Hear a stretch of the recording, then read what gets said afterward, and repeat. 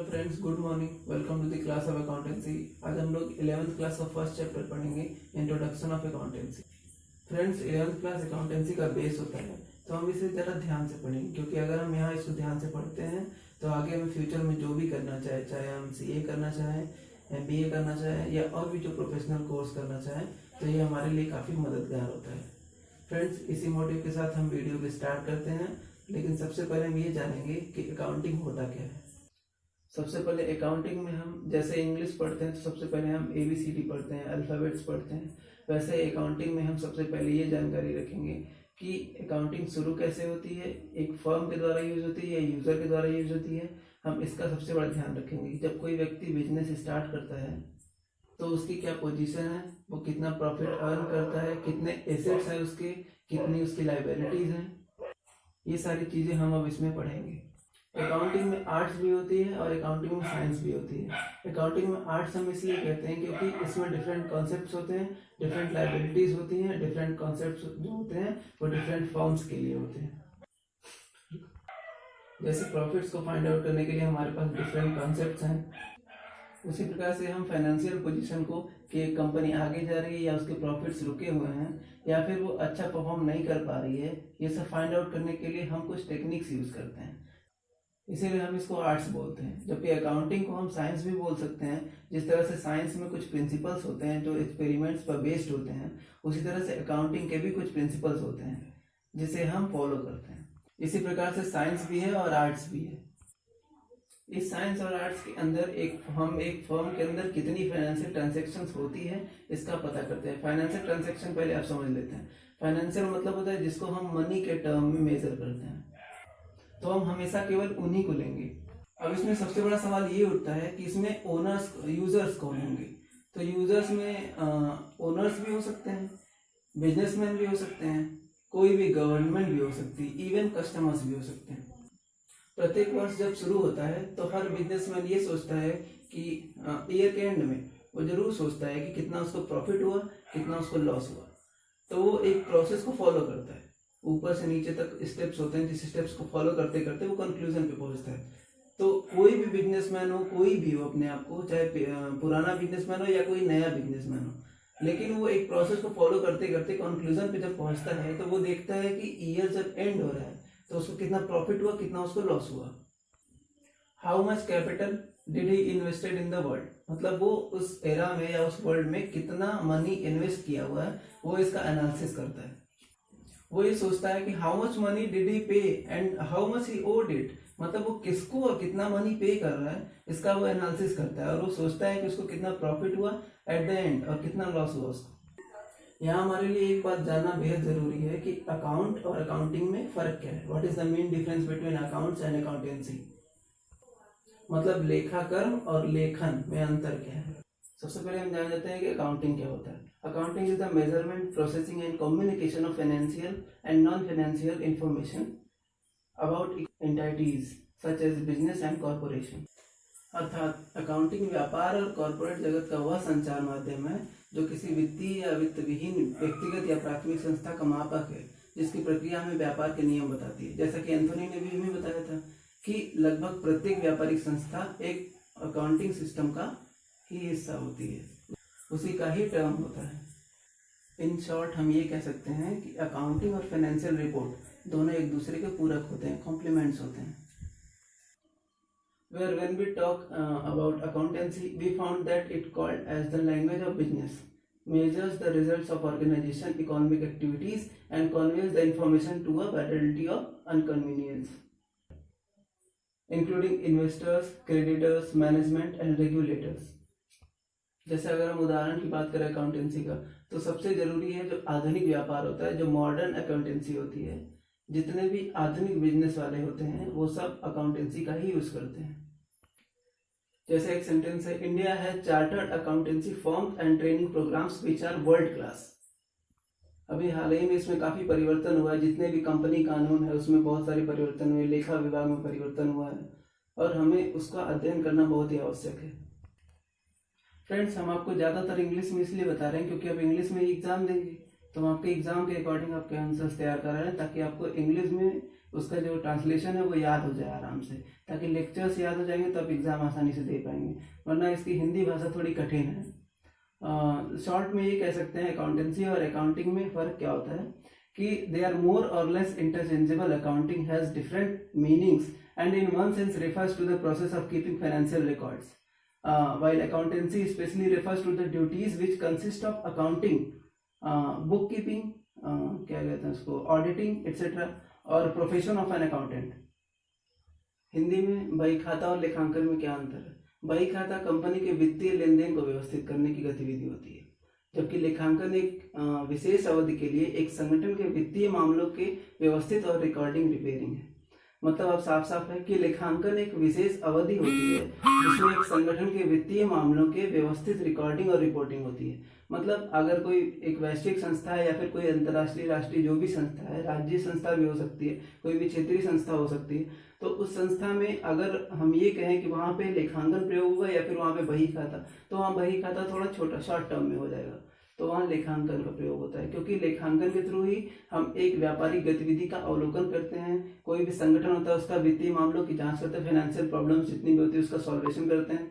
जबकि बही खाता क्या होता है, वो शॉर्ट टर्म के लिए होता है। कोई भी कंपनी का वित्तीय लेन देन होता है तो उसमें बही खाता को व्यवस्थित किया जाता है, जबकि इसमें कोई समय या तारीख तय नहीं होती। और लेखांकन में एक निश्चित समय होता है कि हाँ एक अवधि होती है, साल, 2 साल, 3 साल, 5 साल, जितने भी अवधि होती है, उस अवधि में लेखांकन को प्रस्तुत किया जाता है कि हाँ इतना इतना इसका अकाउंटिंग का वो हुआ।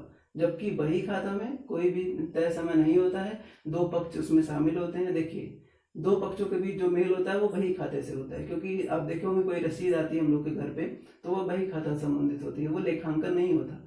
जबकि अगर कोई संस्था के थ्रू अगर हमारे यहाँ कोई भी नोटिफिकेशन आता है तो वो लेखांकन होता है, बही खाता नहीं होता। तो सबसे बड़ा अंतर अकाउंटिंग और अकाउंटेंसी में यही है। जैसा कि मुझे लगा अब आप लोग समझ गए होंगे कि बही खाता और लेखांकन में क्या अंतर है। अब हम अकाउंटिंग का कैरेक्टरिस्टिक्स पढ़ेंगे, मतलब प्रोसेस ऑफ अकाउंटिंग क्या होता है। इसमें पहले नंबर पे आता है आइडेंटिफाई द ट्रांजैक्शन। इसमें देखिए जैसे थोड़ा सा इंग्लिश में बताते हैं, इसको आप समझने की कोशिश करिए कि payment send to a company with an invoice, computer match code और any other clarify identify information, identify transaction, help as a company keeps its records straight. That is, they reduce the chance that the company will think that payment was not made when it was fact. कोशिश कीजिए इसको। Friends हम पहचानेंगे कि transaction को कैसे पहचानेंगे, वो ट्रांजैक्शन कैसा है, उसका कैरेक्टर फाइनेंशियल होना चाहिए। सबसे पहले हम ये ध्यान देंगे कि वो फाइनेंशियल कैरेक्टर का ही होना चाहिए, वो नॉन फाइनेंशियल नहीं होना चाहिए। और दूसरा वैल्यू फाइंड करना, हम पता कैसे करेंगे, हम ये ध्यान देंगे कि हम इसका मेजरमेंट जो है, जो ट्रांजैक्शन का मेजरमेंट है वो कैसा हो रहा है, वो किस वैल्यू का ये ट्रांजैक्शन हो रहा है। हमें सबसे पहले उसकी वैल्यू फाइंड करनी होगी, क्योंकि अनवैल्यूएबल की तो वैल्यू होगी नहीं। ये तो आप भी जानते हैं कि इसकी वैल्यू कैसे फाइंड करेंगे, क्योंकि अगर वैल्यू नहीं होगी उसकी तो अनवैल्यूएबल की तो वैल्यू होगी नहीं। तो सबसे पहले इसकी वैल्यू फाइंड करेंगे। तीसरा आता है रिकॉर्डिंग ऑफ ट्रांजैक्शन। तो जो ट्रांजैक्शन है उसकी रिकॉर्डिंग भी होनी चाहिए, क्योंकि जिस ट्रांजैक्शन का कैरेक्टर फाइनेंशियल होता है वो रिकॉर्डेड होगा अकाउंटिंग में। भाई जिसका कैरेक्टर होगा अकाउंटिंग का, मतलब अकाउंटिंग में जिसका कैरेक्टर फाइनेंशियल होगा वही तो रिकॉर्डेड होगा। अगर नॉन फाइनेंशियल होगा तो रिकॉर्डेड कैसे होगा, अकाउंटिंग उसका बनेगा ही नहीं। बही खाता तो उसी चीज का बनता है ना जो फाइनेंस का होता है, फाइनेंस का ही तो बही खाता होता है। तो सबसे पहले हम ये क्लियर करेंगे कि जो रिकॉर्डिंग ट्रांजैक्शन है वो फाइनेंशियल है कि नहीं, और अगर फाइनेंशियल है तो वो अकाउंटिंग में एडेड हो जाता है। ठीक है। और जैसे एग्जांपल है, मान लीजिए quarrel between the production manager and the sales manager. कोई सेल्स मैनेजर है और प्रोडक्शन मैनेजर है, दोनों का क्वेरल मतलब झगड़ा। या फिर किसी भी योग्य प्रबंधक का इस्तीफा लेना, कोई जो एबल है मतलब एबल एम्प्लॉय, जो एबल मैनेजर, उसका इस्तीफा, रिजिग्नेशन, ये हो सकता है। या फिर कोई एम्प्लॉयज का हड़ताल, मान लीजिए राइट्स ऑफ एम्प्लॉयज, नए बिजनेसमैन का कोई भी नया बिजनेस शुरू करना भी हो सकता है। ठीक है। तो इसका सेंस क्या निकलता है, जो इफेक्ट ऑफ अर्निंग है, जो ट्रांजैक्शन का इफेक्ट है वो अर्निंग्स पे डिपेंड करता है। तो जितनी आपकी अर्निंग्स हो रही है वो ट्रांजैक्शन में जाएगा, जो कि अकाउंटिंग कहलाएगा।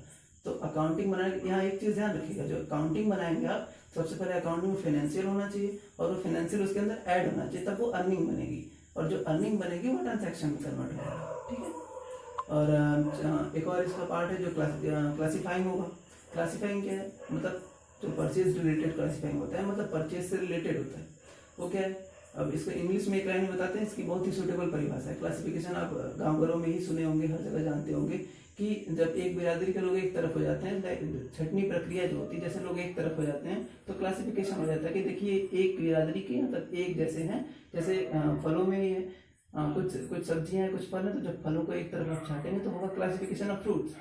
ऐसे ही क्लासिफिकेशन होगा अकाउंटिंग में कि क्लासिफिकेशन क्या हो रहा है, वो परचेज रिलेटेड है कि नहीं, ये अकाउंटिंग में क्लासिफिकेशन होता है। इसकी एक लाइन की परिभाषा इंग्लिश में ये होती है, जैसे एग्जाम्स में आएंगे तो आप क्या लिखेंगे कि classification is the process of grouping the transaction of one nature eight one place. One nature eight one place मतलब एक नेचर का एक जगह पे, ठीक है। और इसको ये कह सकते हैं कि जो सेपरेट अकाउंट है, मतलब इसकी सीधी सीधी परिभाषा ये, classification is the process of grouping the transaction of one earning and one nature eight one place in the separate account. किसी भी सेपरेट अकाउंट में एक जगह पे जितनी भी अर्निंग है, जितना भी उसका अर्निंग है, वो एक तरफ कर दिया जाता है। तो ये क्या कहलाता है, क्लासिफिकेशन, वर्गीकरण। और इसके अंदर एक और आता है, उसके बाद जो नंबर आता है वो है समराइजेशन का, मतलब निष्कर्षीकरण, मतलब जो उसका समरी जो आता है। समरी क्या है, it is the art of presenting the classification data. Classification data को जो प्रेजेंट करता है, ये उसका आर्ट है, मतलब निचोड़ है उसका। इन मैनर एंड ऑर्डर, जो कि एक ऑर्डर में होता है, which is understandable and usable in management and also changes usages in such data. मतलब जो डाटा प्रबंधन है उसके अंदर जो उसका निष्कर्ष निकलता है, वो निष्कर्षण ही समराइजेशन कहलाता है। और ये बहुत जरूरी, क्योंकि आप देखे होंगे जब आप एग्जाम्स में भी लिखते हैं तो इंट्रोडक्शन के बाद लास्ट में कंक्लूजन लिखना पड़ता है, जो कि निष्कर्षीकरण होता है। जो आप ऊपर लिखे रहते हैं, जो सारा ब्यौरा रहता है, उसका निष्कर्ष रहता है वो। तो बस उसी की बात यहाँ हो रही है कि जब अकाउंटिंग शुरू करते हैं, आप वैल्यू फाइंड कर लेते हैं और रिकॉर्डिंग ट्रांजैक्शन कर लेते हैं, इसके बाद क्लासिफिकेशन कर लेते हैं, तो अब क्या बचता है, अब समराइजेशन बचता है। तो आप उसको समरी कर लेते हैं। इसके बाद एक और प्रक्रिया आती है, एनालाइज द इंटरप्रिटेशन। मतलब इंटरप्रिटेशन जो है उसको एनालाइज कैसे करेंगे, कैसे उसको एनालाइज करेंगे, कैसे उसका विश्लेषण कैसे करेंगे, एक तरह से कह सकते हैं। तो the results should be presented in good manner, मतलब इसको गुड मैनर में प्रेजेंट करेंगे, वही उसका रिजल्ट होगा। निष्कर्ष के बाद तो रिजल्ट आएगा, ठीक है। जैसे कि आप देख लीजिए, प्रिपेयरिंग, ट्रेडिंग, मतलब व्यापार जो होता है, आयात निर्यात जो होता है, एक्सपोर्ट इम्पोर्ट जो होता है, एंड प्रॉफिट लॉस, अकाउंट में profit loss and balance sheet. और लास्ट है कम्युनिकेशन, मतलब communication of financial data as per their individual requirement. जो उनकी इंडिविजुअल मतलब व्यक्तिगत रिक्वायरमेंट है, जो उसकी व्यक्तिगत रिक्वायरमेंट है, उसके थ्रू फाइनेंशियल डाटा जो कम्युनिकेट होता है, जो संचरण होता है, वो हम क्या करते हैं, लास्ट में स्टडी करते हैं।